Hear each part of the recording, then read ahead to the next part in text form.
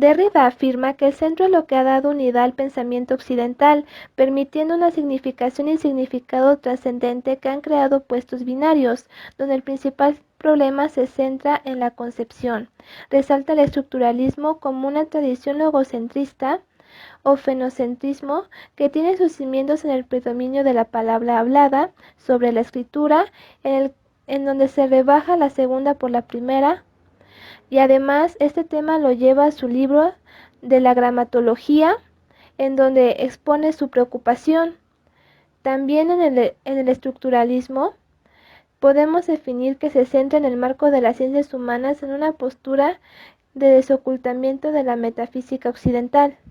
A diferencia de Saussure, Derrida determina el significante como una supremacía del sobresignificado, donde el sentido siempre está diferido, ya que el sistema de la lengua es un sistema encargado de significantes en donde un elemento se reenvía a otro.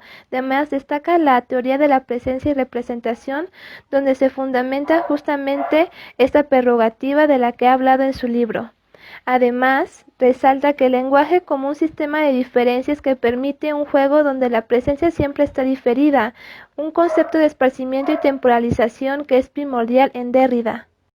Para Derrida el juego es de gran importancia, ya que es un concepto toulouseado en constante tensión, cuya tensión del juego se ve presente en la historia y la presencia. Además, señala la interpretación en la estructura del signo y del juego.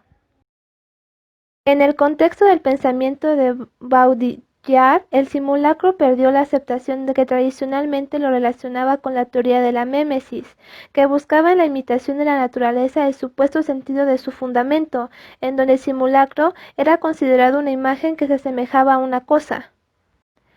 En el intercambio simbólico y la muerte, el autor habla sobre 3 órdenes de simulacros, que fueron reemplazados uno a otro en la cultura europea desde la época del Renacimiento, cuando el orden feudal fue cambiado por el orden burgués. El primero es la falsificación, el cual es el esquema dominante de la época clásica, que aborda desde el Renacimiento hasta la Revolución Industrial, en donde se destaca que la copia del Renacimiento generaba la verdad del original.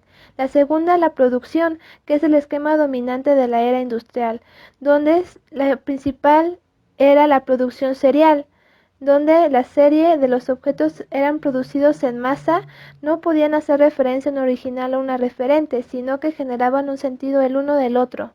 La tercera es la simulación, que es un esquema dominante de la fase actual, en donde nada procede ya según su fin, sino del significante de la referencia. Ya no es el del orden de lo real, sino de lo hiperreal.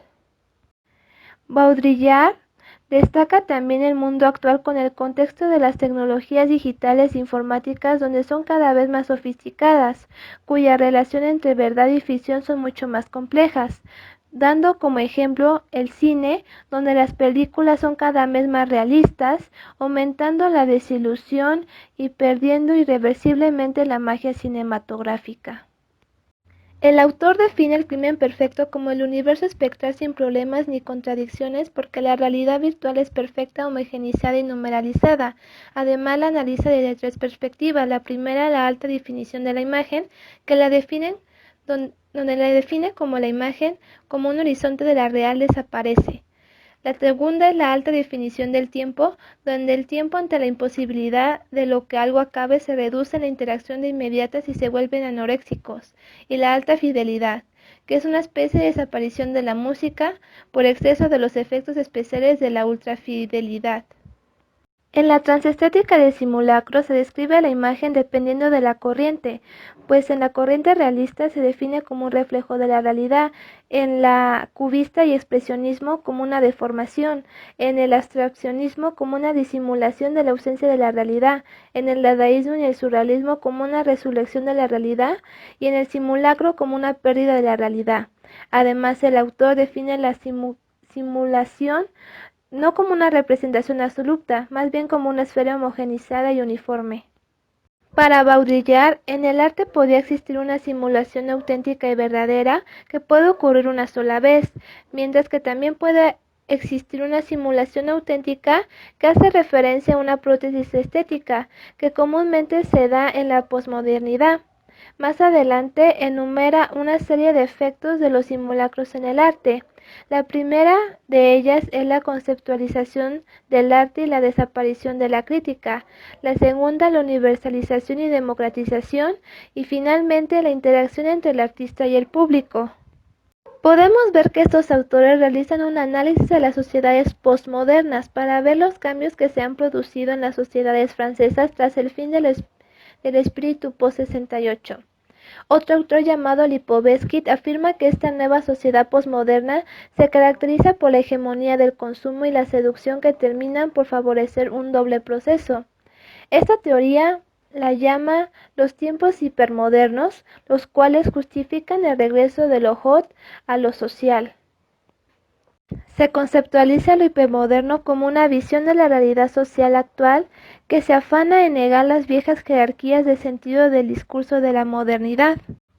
Dada la afirmación anterior, destaca que la televisión actual puede mezclar las informaciones sobre conflictos armados con noticieros de fútbol, ya que la política se confunde con el espectáculo y las figuras de la telerrealidad pueden desplazar a las intelectuales. Lipovetsky afirmaba que el consumo no era un instrumento de control totalitario, más bien una herramienta de liberación que junto con el hedonismo había roto los cimientos del orden autoritario. Además desarrolló una genealogía de consumo de masas con tres fases, donde la primera se basaba en la producción, la segunda en la madurez y la tercera en una sociedad de hiperconsumo. Además, Lipovetsky asumía la existencia de ciertos riesgos en el consumo sin control, que podían terminar por conducir a situaciones como el deterioro ambiental. El mayor ejemplo de consumo era la moda.